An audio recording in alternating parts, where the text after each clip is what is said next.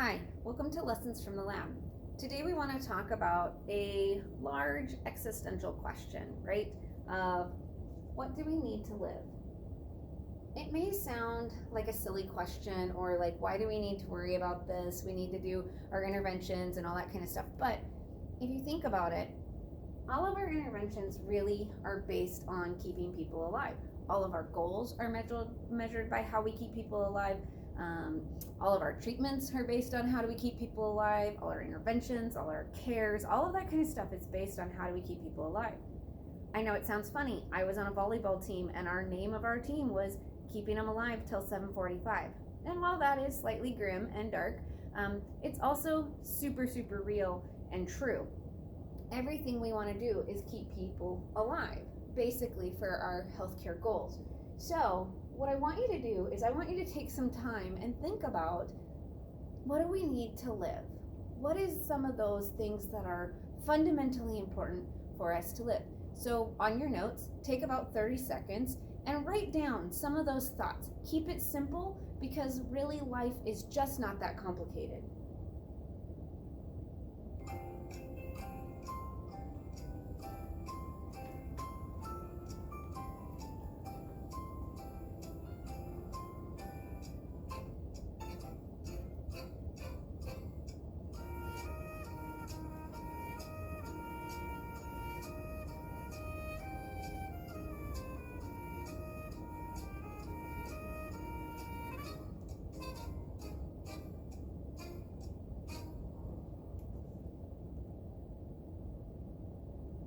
So did you keep it simple? Let's go through some of the stuff that you guys are probably thinking about.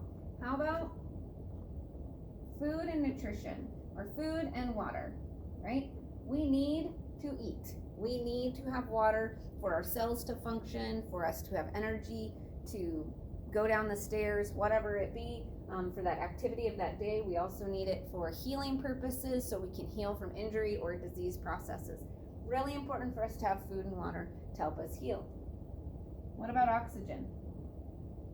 Oxygen is really important, right? We need to be able to breathe. We need to get that oxygen into our body so that it can oxygenate our cells, so they can function, they can do their jobs.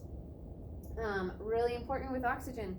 There is not a whole lot of time that we can go without it. About 3 minutes seems to be about where we start running into some really big troubles. So it's really important that we pay attention to getting people oxygenated and getting that gas exchange process happening throughout the body, because if we don't, we're going to run into a lot of problems. What about family or connections to people? We are social creatures, and I think COVID has really brought out the importance of how social we are, how much isolation can be damaging to us. That can be a lot of problem for our patients that are addicts and they have connection issues, or they've broken those family bonds. So think about the different processes or the different diseases or things that could be caught that could get into trouble with some of these. What about thinking? We need to be able to think. We need to be able to problem solve. We are humans. We have to adapt to changes. Changes happen every day, whether it's that you had to stop at a red light instead of going, or it's what do I make for dinner. We have to be able to think through our processes, and I promise you, you adapt and think and problem solve every single day. So it's really important that we have that ability every day to do it. And then think about other things like shelter. We might need some shelter to keep us safe. This definitely changes where we're going to do healthcare. Think about a homeless patient versus a patient that lives in a long-term care facility versus somebody who lives out on a farm out in the 90 miles away from the closest hospital. That's going to change. Their shelter changes that care. So if we're looking at these ideas, these facts, this data, what concepts are they falling under? So food and water, pretty simply, that's falling under some nutrition. It's also depending on if you're a person that really likes to dig down into that science. It could be into the fluid and electrolyte kind of ideas, right? Because they're getting into that fluid and electrolyte of the water and the food and the nutrients if you get down to the nitty-gritty cells, which is great if you do. Oxygen, I kind of said it. Gas exchange, It's not just the oxygen, but getting that CO2 out, that process of exchange, that's really important. Family connections. This could be your family dynamics. That's going to change how you give care. I can't spell. Or it could be your coping, right? Any of these concepts could fall with those families and those connections because they do add a lot of challenges to healthcare. Thinking about cognition, right? That thinking process and how important it is for us to think. And then we want to talk about shelter. So this might be more of our physical assessment. It could be what we've got to work with social work to get shelter put back in. What I really want to focus on is I want to focus on mainly two different areas of concepts, and I want to pull them together. So if you were to put nutrition and gas exchange together, what kind of diseases or injury or life events or whatever involve these two things that would challenge and make us have to think about different ways of keeping them alive? I'm going to give you about 30 seconds, so on those notes, I want you just to think about what are some diseases or injuries that might involve nutrition and gas exchange, and how would they impact them?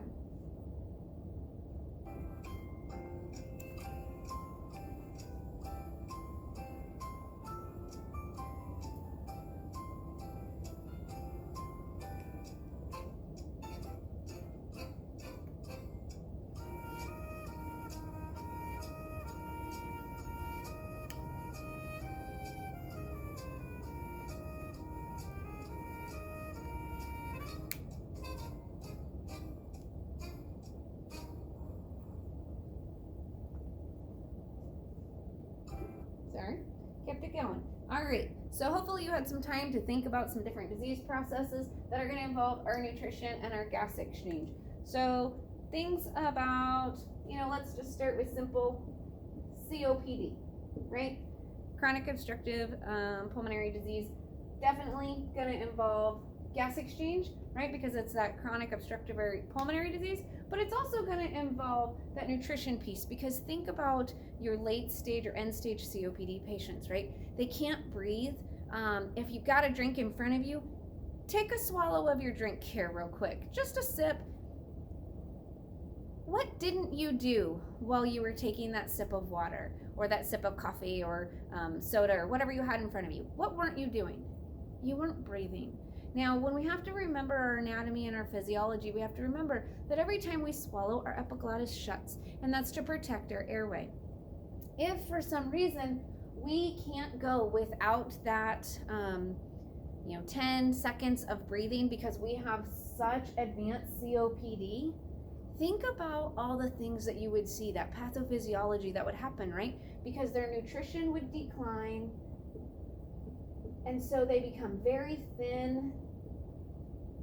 They don't heal well from injury because they have no reserve. We're seeing this a lot with our COVID patients, that they have no oxygen reserve because the lungs are so inflamed and so irritated that they have no reserve to breathe. And so when they're taking that drink of water, when they're taking that bite of food, like a drink of water takes, maybe 5-10 seconds, versus eating a steak, that's going to take a lot of energy and a lot of time. And so they're not getting that good balance that they need of oxygenation or gas exchange and that nutritional intake. And so they become very thin and kind of waste away, which is a really sad process. So we're going to have to do something about that for our COPD patients. Sleep apnea, obstructive sleep apnea is another one. We're seeing a lot of people have issues with that breathing because they're literally obstructing their airway. Their cortisol levels go up because of the stress in their body, and they have a lot of weight issues then. So that's something that we're starting to see as well. Other things that might be spinal cord injuries, right? And can you guess where on a spinal cord would be the injury where it would impact the gas exchange process the most? I was taught by a student, C4, breathe no more. Okay, now while that's a handy little thing to remember, it is not an always. Patients between each are all different. Like you and I are different. We're different than our family. We're different than our friends. So while C4 Breathe No More is a good line or a good idea, it's not an always. It's always interesting. Some people have a complete spinal cord injury and some people have partial spinal cord injuries. So some nerves interventions are getting through that spinal cord process, but not all. So it's really important that you pay attention to your patient specifically, but definitely if we have a spinal cord injury, anything above a C4 or even waist, I'm starting to get nervous about breathing. Anytime we start getting worries about that diaphragm nervous system being affected, it's going to start causing a lot of problems. But definitely those cervical injuries are going to be much more problematic. This would be probably a quadriplegic. Okay, so a quad, para, that kind of stuff. But that quad is all four, and they may have some gross motor movement, but they may not be able to get that breathing done effectively. What about a patient that's had a stroke? So now we're starting to bring in, remember that cognition one? We're starting to kind of go down into that cognition area, right?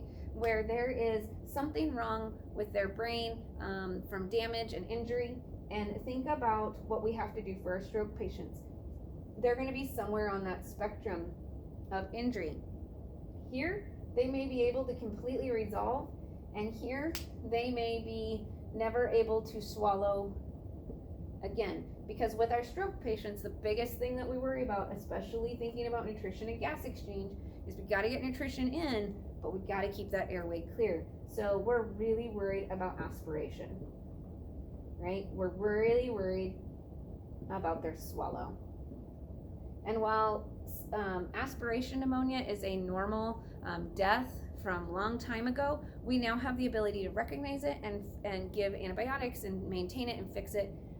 So down here, you may be giving thickened food, and here we may have to be coming up with some bigger interventions to protect that airway and to maintain that nutritional status. So depending on where they are on a stroke, again, and this could be the same thing for a spinal cord or even a COPD patient. Patients are not stagnant, they're not in one spot. They are kind of on a spectrum always. And you'll probably hear me talk a lot about a spectrum because so many patients are different. No two patients are the same, no two people are the same. They have the same concepts and ideas, but they're not the same. And remember, our goal is to keep them alive. So, and then lastly, I'll bring in our dementia patients. So like, again, our Alzheimer's, those kinds of patients. And what they have that happens is they slowly forget. They forget the ability to clear their airway. They forget their ability to swallow. They forget how to pick their spoon up, that kind of stuff. So slowly over time, they're going to be kind of in that same boat as our stroke patients because that cognition is so, sorry, George, our cognition is so important, all right? So if this is what we're going to be worrying about, right? We're going to be worrying about how do we keep these people alive if nutrition and gas exchange are our biggest issues? Well, nutrition, like we talked about here, we might have to just thicken their food, right, so they can swallow it easier. But if they're so advanced, we're probably going to have to do a PEG tube, right? PEG tubes are feeding tubes that go through the belly. You may hear of a J tube, any of those kinds of things. Those are tubes that are going into the abdomen to go into the stomach or the jejunum to give nutrition. And we're going to work in the lab with a PEG tube so that you get comfortable with it. But that's going to be a way that we give nutrition because what we're going to have to do in order to maintain so we don't get aspiration pneumonia is we're going to have to bypass it. And we're going to have to reroute our ability to give nutrition instead of through the mouth. It'll have to be through a tube. So that's one thing. That's the PEG tube. The other one is gas exchange, and this one gets a little trickier. As you can see from my friend here, what he has is called a trach, okay, or a tracheostomy. And that is a tube that, again, we're rerouting the path of gas exchange because what's in our mouth? Think about it. We got teeth, we got tongue, we got saliva. What's in the saliva? Bacteria. Bacteria. Our human mouth is disgusting. The bacteria in there, if it gets down into those lungs constantly, it's going to cause problems. Not to mention if you have a patient that is silently aspirating or aspirating food, or has simply just the inability to swallow altogether, like a spinal cord injury. Okay, so we're going to put a tracheostomy in. I want to show you a couple of things here. So these are two different tubes. This is a tracheostomy and this is an endotracheal tube, okay? You can kind of see immediately that there are some pretty significant differences. This one is much bigger. This one is much shorter. Which one do you think has the bigger infection risk? While normally I would agree that the shorter tubes have bigger infection risk, we also now have to bring in our anatomy and physiology and bring in our idea of where do things go. So I'm going to bring in my friend here. So when we bring in this, we start to see our trach, it goes in through an area in the neck and down here. It's a short tube, but it is bypassed the mouth and the oral cavity, allowing food to process and go down. Versus our endotracheal tube, and this is a pediatric or an infant one, so it's super tiny, but it goes through the oral cavity and down, and it keeps and forces that epiglottis to be open, and that allows all those secretions to get down. Now, if we have to do an endotracheal tube, or we're worried about secretion management, notice there's a balloon here. That balloon is for secretion management or fluid management, okay? And so it's really important that that balloon be inflated in order to help keep those secretions out. So you'll see a little pilot on the end of it here. This would be inflated if this balloon was inflated.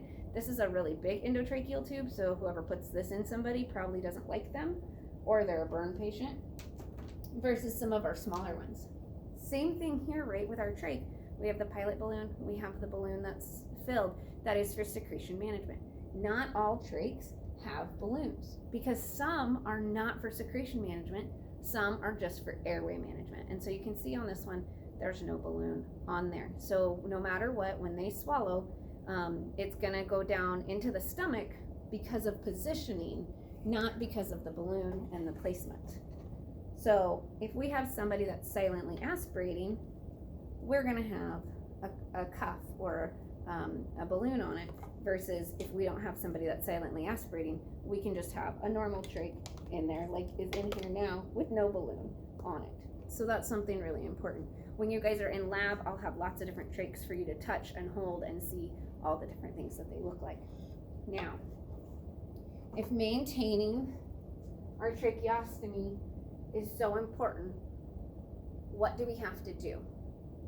Our biggest goal is to keep them alive, so we need to get a tracheostomy to bypass that airway and manage their secretions or whatever reason they've got that tracheostomy in. But the next thing is to keep it clear. Just like you, when you get a cold and you get all stuffy and you can't breathe through your nose, you automatically bypass your nasal cavity by breathing through your mouth. Well, think about a patient who has a tracheostomy and they may not be able to bypass that space, right? Because it's the only thing holding their airway. So then we're going to talk about suctioning. And if you're a mom and have done the little squeezy balls or the nose things for your kiddos, you understand. Some people have a ton of secretions and some people have barely any. So very individual with our patient. Hey George, can I show him your trach? So here we have a trach on George. Oops, it's been on for a while. Okay, and so he just has a trach, and this would be open to breathe if he was breathing normally. If he was on a ventilator or something, he would have what we call inline suction. Now this is an inline suction for an endotracheal tube, so notice how long it is. You would never want to use this for a tracheostomy patient, but since it's the supplies we have, we're going to use it. We're going to put it on here, and then we would go down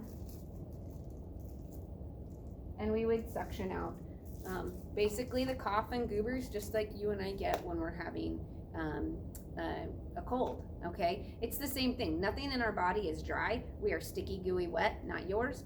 Please wear gloves. All right, so when you're in lab, when you're working with patients in simulation, or when you're working in patients in clinical, make sure you're protecting yourself by wearing your gloves so that you're not coming into contact with their bodily fluids.